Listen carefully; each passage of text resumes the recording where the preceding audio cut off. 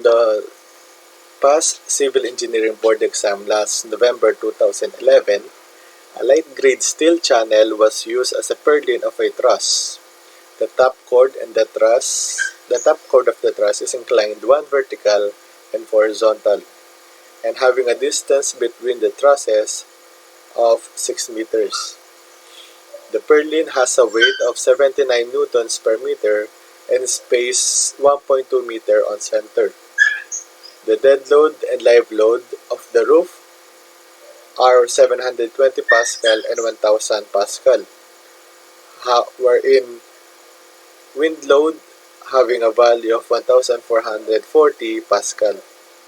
Coefficient of pressure for windward or from leeward and windward are 0.6 and 0.2 respectively.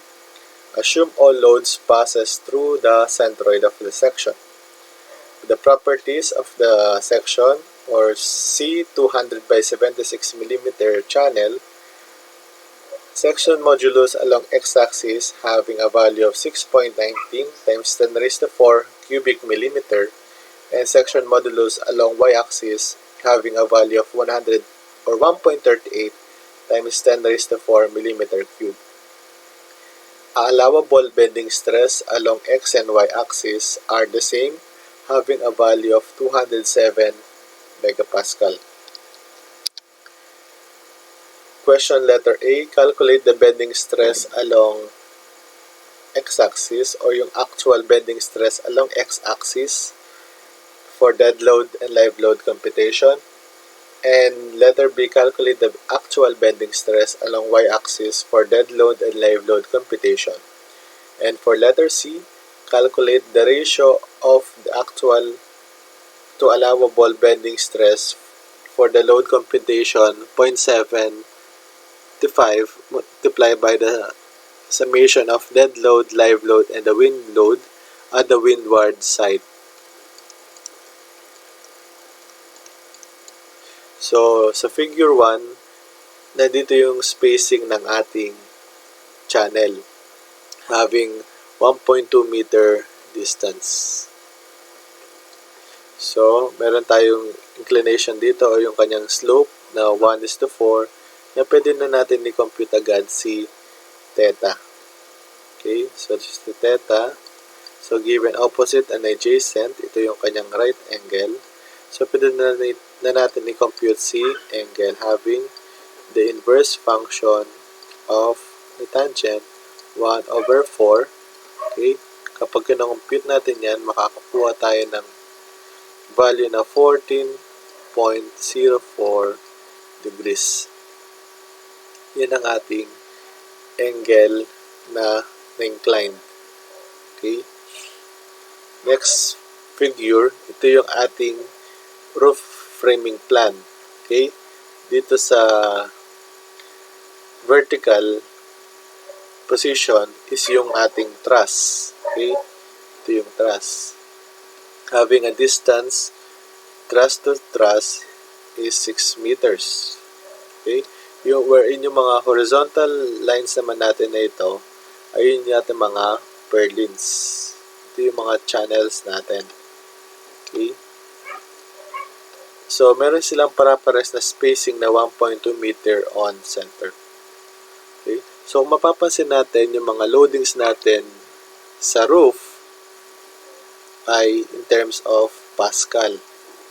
Okay, Pascal. Ang alam naman natin na Pascal ay Newton meter squared. So, para maging uniformly distributed load tayo, katulad ng sa weight of the purlin, i-multiply natin yan ng kanyang tributary width or kanyang spacing. Okay?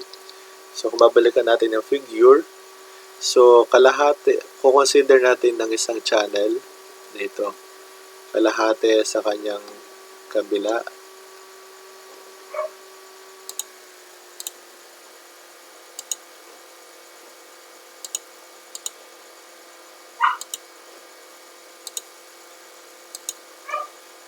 Kalahati dito.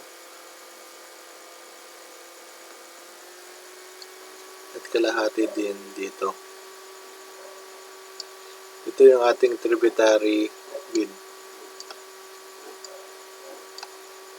So, kalahati ng 1.2 is 0.6 at kalahati din ng 1.2. Pag inad natin yan is 1.2 meters.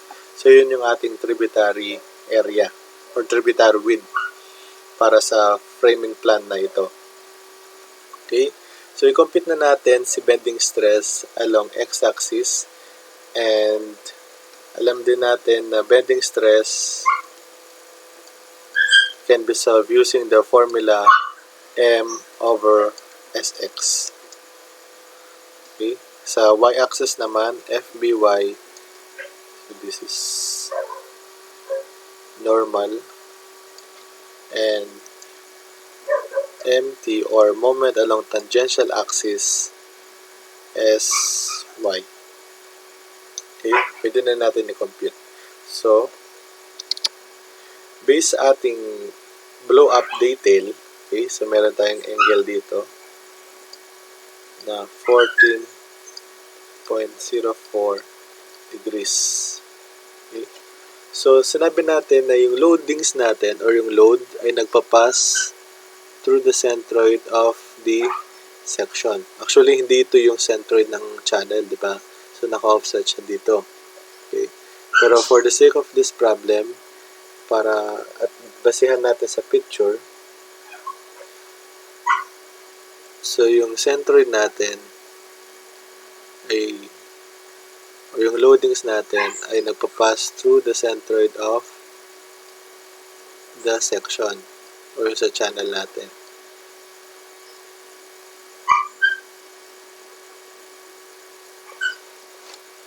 So, nandito yung loadings natin, si W.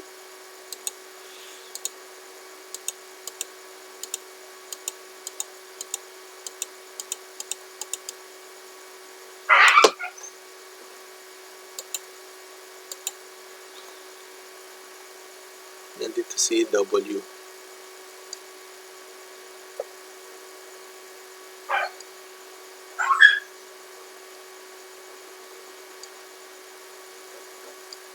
Okay.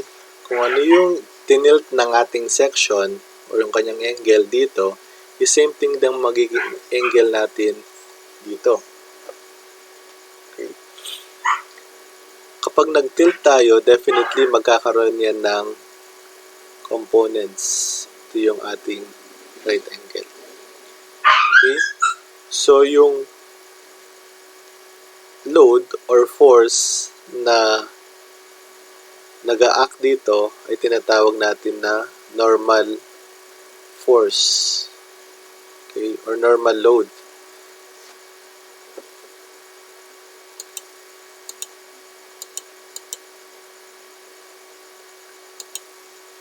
Normal load yung designation niya dito.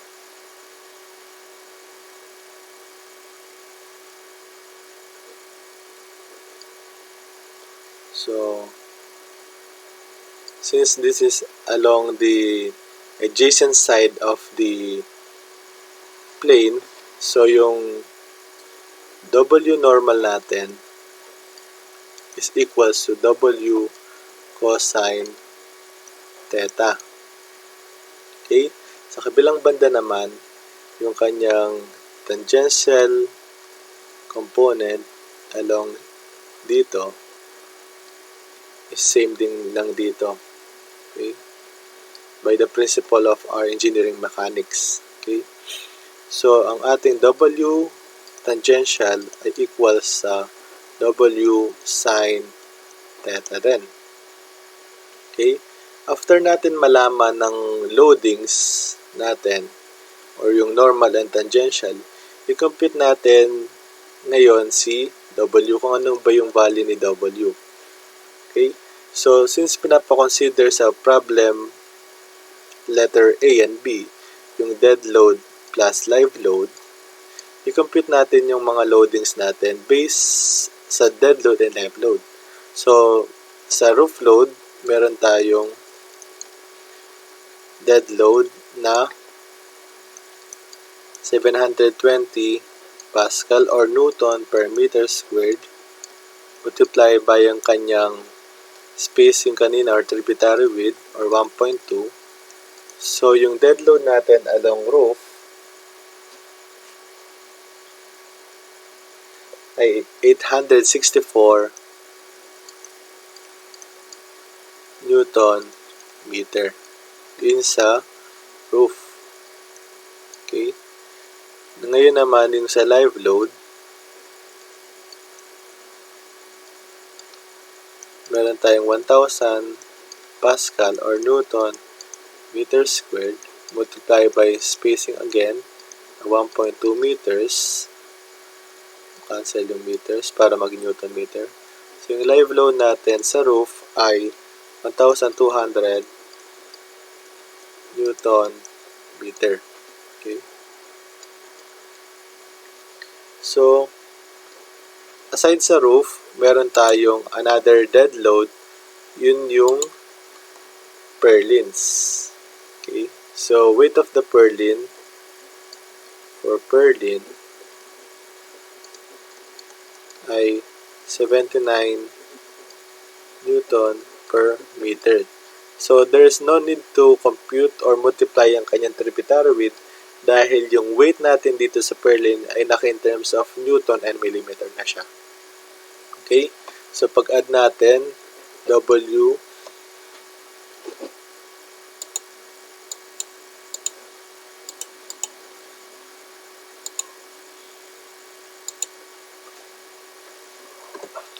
si W ay dead load plus live load.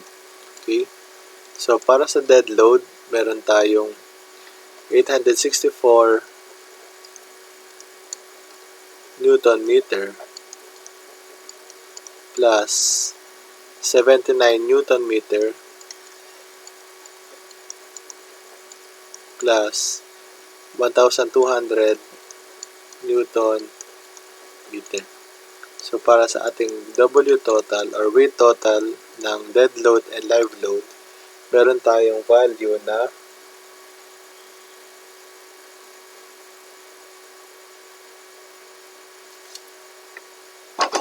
compute natin 864 plus 79 plus 1,200. Meron tayong 2,143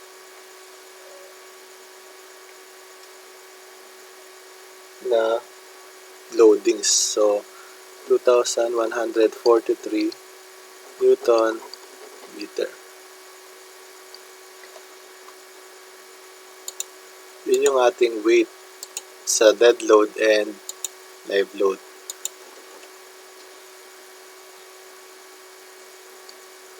Okay? So, for letter A, hinahanap si value FBX or actual bending stress along x-axis. Yun ay MN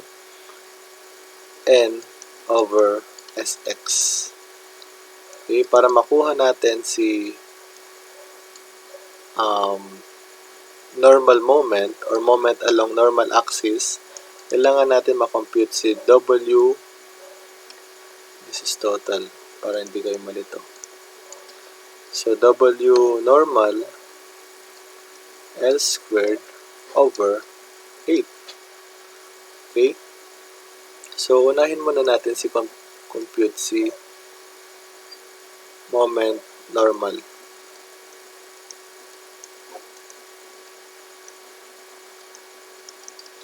So, sa normal, meron tayong 2,143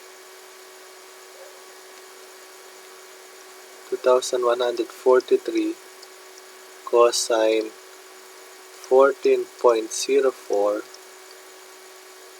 Okay. Tapos yung length natin ay 6 meters. Yung distance ng ating trusses. So, kung babalikan natin yung figure, ito yung ating length ng purlins. 6 meters. So, 6 squared over 8. So, para sa ating normal moment or moment along normal axis, meron tayong value na 2,143 cosine 14.04 multiply by yung kanyang length, 6 squared divided by 8. Meron tayong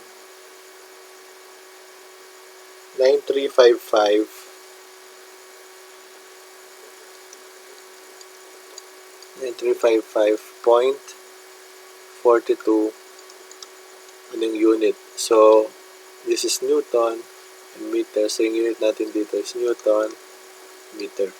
That is for the moment along normal axis. So, pwede na natin i-compute si actual bending stress along x-axis. So, FBX,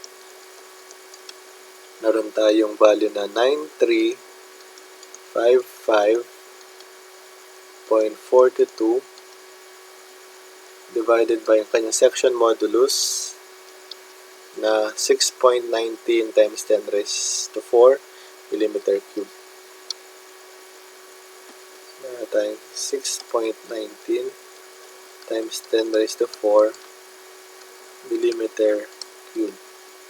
So, dito ay Newton meter. Yung gagawin natin dito ay dapat yung value natin dito ay gawin nating Newton and millimeter para yung maging result natin ay magiging megapascal. Okay? So, ito na lang yung i-convert natin. So, in every 1 meter, we have 1,000 mm. So, cancel yung mm dito, magiging squared, cancel yung meter. So, FBX ay 9355.42 multiplied by 1,000 divided by 6.19 times 10 raised to 4. Meron tayong value ni actual bending stress along x-axis na 151.14 or 138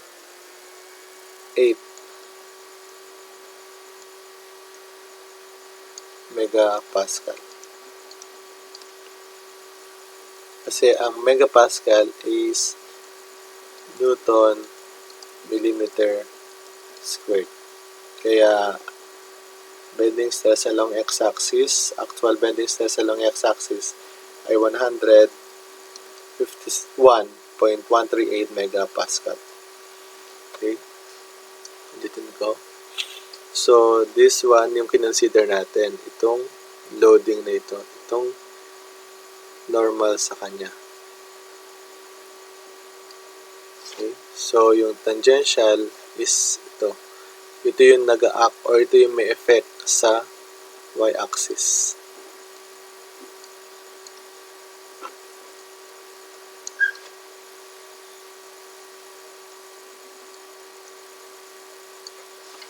Okay? So, solve naman natin si letter B. Si letter B, what is the actual bending stress along y-axis? So, compute natin si moment along tangential over sy. Okay? Para makompute si moment tangential, ito muna. Kuhanin natin si W tangential L squared over 8. Kaya pala ganyan yung ating moment or maximum moment dahil yung loadings natin are uniformly distributed.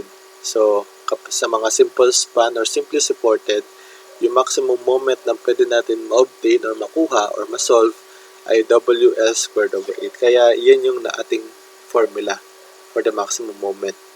Okay? So, the weight along the tangential side of the section ay W sine theta or yung value natin ng W ay 2143 sine 14.04 degrees. Okay? So, 2143 sine 14.04, makakukuha tayo ng 519.89 Newton meter. Okay? So, balik tayo dito sa moment. So, moment along tangential side ay 519.89 multiply by kanyang length na 6 meters squared divided by 8. So, ang ating moment along tangential side ay 519.89 multiply by 6 squared divided by 8. Makakuha tayo ng moment na 2339.51 kilo or Newton meter. Yun yung ating moment along the tangential side or tangential component. Okay? Ngayon, pwede na natin i-compute si actual bending stress along y-axis. So, 2339.51 so Newton meter divided by yung kanyang section modulus na 1.38 times 10 raised to 4 millimeter cube. So 1.38 times 10 raised to 4 millimeter cube. So katulad ng sa X, yung unit natin ay Newton and millimeter para magkaroon tayo ng value ng or stress na megapascal. Okay? So, i-convert na lang natin si meter. In every 1 meter, you have 1,000 millimeter. Okay? Para makancel yung millimeter dito, maging square Newton millimeter ay megapascal. So, cancel yung meter. So, makakukuha tayo ng value na 2339.505 multiplied by 1,000 divided by 1.38 times 10 raised to 4. So, ang ating actual bending stress along y-axis ay 169.53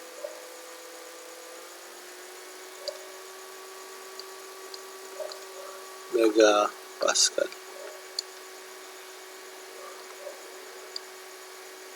Ito yung ating letter B.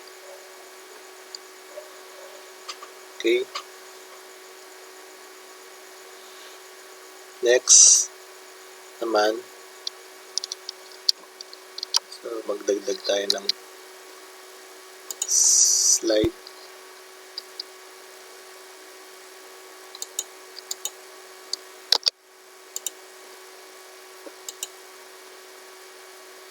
Tinatanong naman, calculate the ratio of actual to the allowable bending stress for the load computation of 0.75 dead load plus live load plus wind load at the windward side.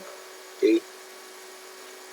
So for letter C, what is the actual daw? Actual over allowable.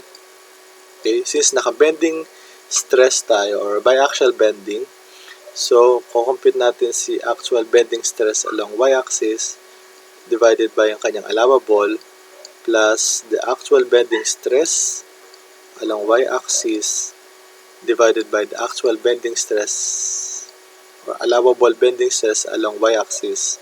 So, using the load computation or load combination of 0.75 ng dead load plus live load plus windward. Okay?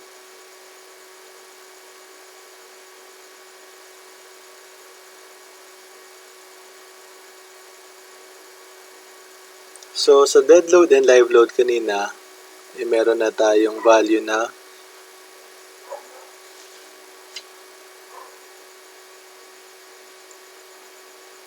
so, yung dead load natin kanina dito sa roof ay 720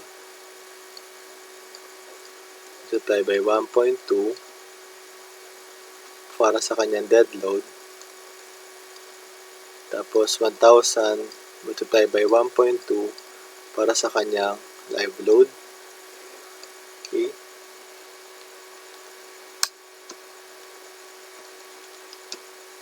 So meron tayong 2,064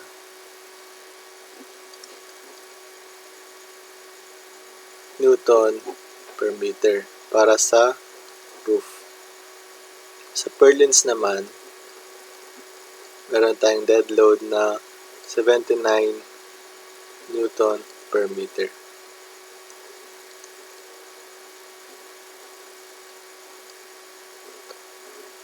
So, another or nadagdag sa ating load ay ang kanyang wind load na 1,440 Pascal or Newton meter squared. So, katulad ng sa roof, i-multiply din natin ng kanyang tributary with 1.2 meters. Cancel na yung isang meter dito at ito para mag Newton meter. Kaso, sinabi niya na or meron tayong coefficient of pressure for leeward and windward na 0.6 and 0.2. Kaso, sa letter C question, sa windward side lang yung kanyang pinapakompute. So, yung ating windward coefficient,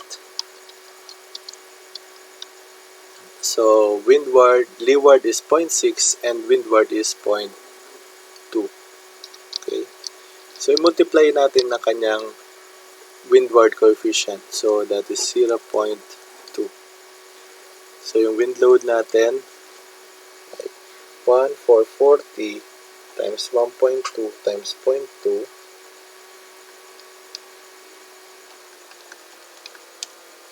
so meron tayong value na 345.60 Newton meter yung ating wind load.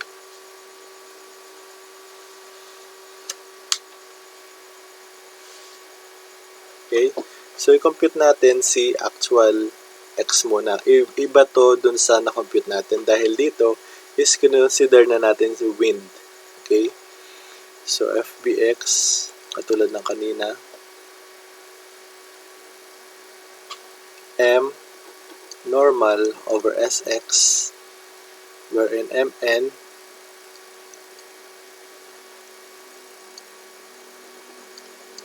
ay W normal over L squared over 8.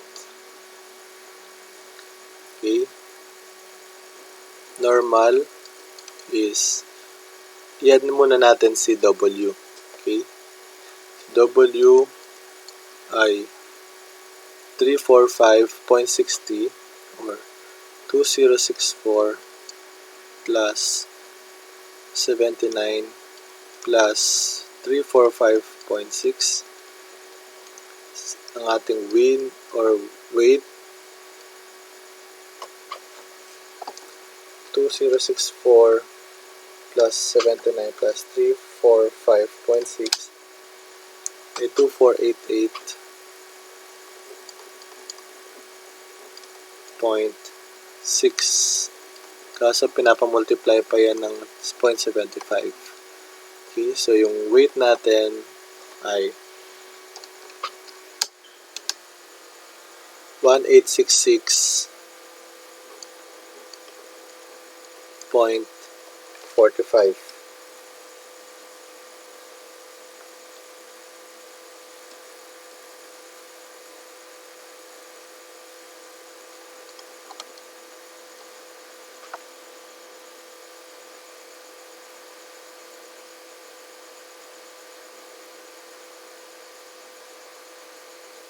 Okay. So, para makompute si MN, so, 1866 cosine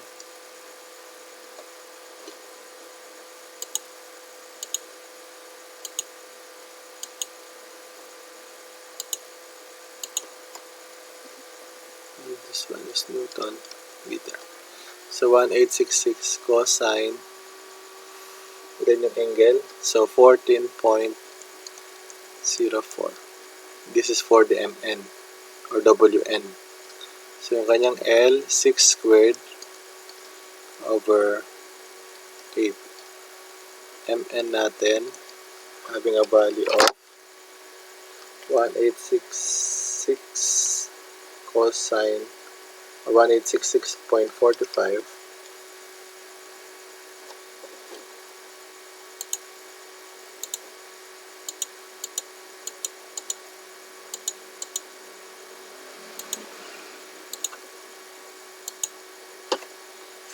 So 1866.45 cosine 14.04, 6 squared divided by 8. Ang ating normal moment or moment along normal axis is 8148.12 Newton meter. Tapos, pwede na natin i-compute si FBX na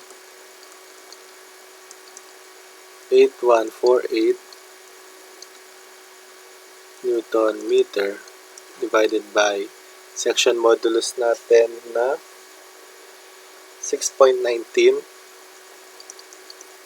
times 10 raised to 4 millimeter cube. So, i-multiply natin ng 1,000 para maging meter or millimeter. So, FBX natin ay 8148.118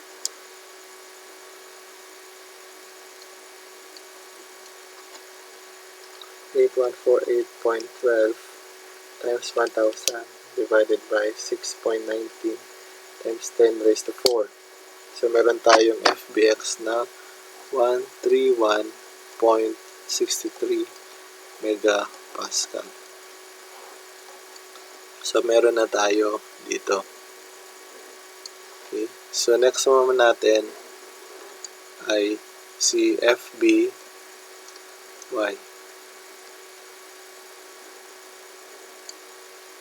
Si FBY, tandaan natin na yung wind load natin is nag-apply lang sa normal side.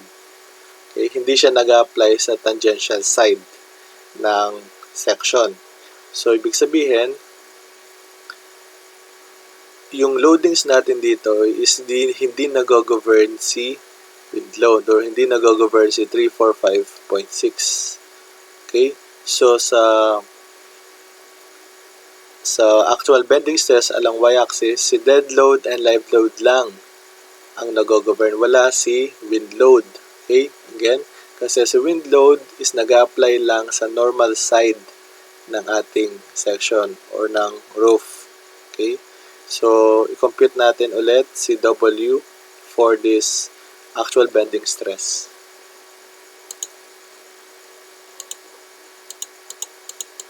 Palitan natin ng kulay para hindi tayo. Okay?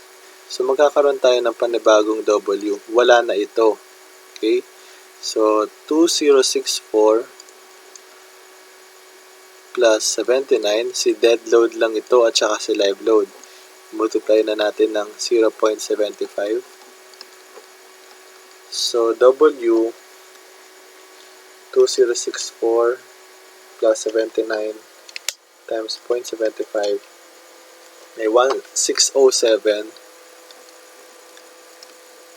1607.25 Newton meter. Okay? Next, i-compute na din natin si W tangential. So, 1607.25 sine yung angle natin na 14.04. So, W tangential ay 1607.25 times sine 14.04. So, yung weight natin ay 389.92 Newton meter. Compute na natin si moment para tuloy-tuloy na. So, W tangential L squared over 8. So, meron tayong 389.92 length natin is 6 squared all over 8. So, 389.92 times 6 squared divided by 8. Meron tayong 1754.64 Newton meter. Okay, pwede na natin i-compute sa FBY na tangential moment over SY. Okay, 1754.64 Newton meter. Multiply agad natin ng 1,000 para maging millimeter. So, yung SY natin, or section modulus ng y-axis, ay 1.38 times 10 raised to 4 millimeter cube. So, cancel. Magiging dalawa. So, yung FBY along y, o yung actual bending stress along y-axis natin ay 1754.64 times 1,000 divided by 1.38 times 10 raised to 4. So, yung actual bending stress natin along y-axis ay 127.15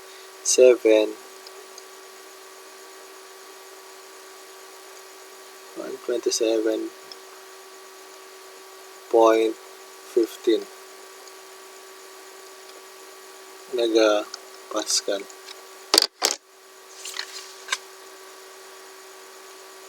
So, yun yung ating bending stress. Actual bending stress along y-axis, ito na yon. Okay? So, after natin malaman yung actual bending stress along x and y-axis, pwede na natin i-compute itong ratio ni actual at saka ni allowable or tinatawag din natin na interaction formula. Okay? So,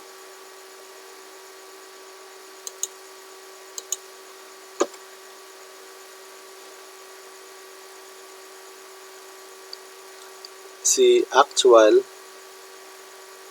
ay 131.63 megapascal plus yung allowable natin 127 or actual natin sa y-axis is 127.15 megapascal. Yung allowable x and y natin, balikan natin yung given, ay parehas na 207 megapascal. Okay? So, 207 MPa. 207 megapascal. So, cancel.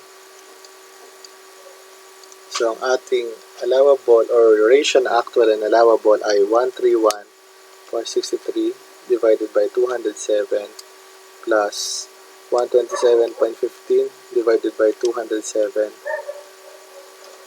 Ang ratio ng actual and allowable ay 1.25. Okay? Ito yung sagot sa question letter C. Okay? So, ganun lang mag-compute ng biaxial bending. Okay? Unahin muna natin i-plot yung mga given, alamin ng kanyang normal and tangential loads, and then alamin natin kung ano ba yung makukuha natin na maximum moment. Okay? Again, sa problem na ito, ang ating maximum moment ay WS squared over 8 dahil nakasimple supported yung ating section. Okay? And uniformly distributed yung mga loadings natin. Okay? So, meron na tayong direct formula para makuha yung maximum moment. Okay? Kung wala naman siyang given na or wala kayong alam na direct formula sa maximum moment, kailangan natin i-plot or mag-construct ng shear and bending moment diagram. At hanapin natin yung pinakamalaking value ng moment or yung maximum moment natin. Okay? After natin ma-determine ang ating moment, doon na natin masosolve si bending stress or moment over the section modulus. Okay? So, ganun lang yung procedure sa pag-solve ng ating biaxial bending.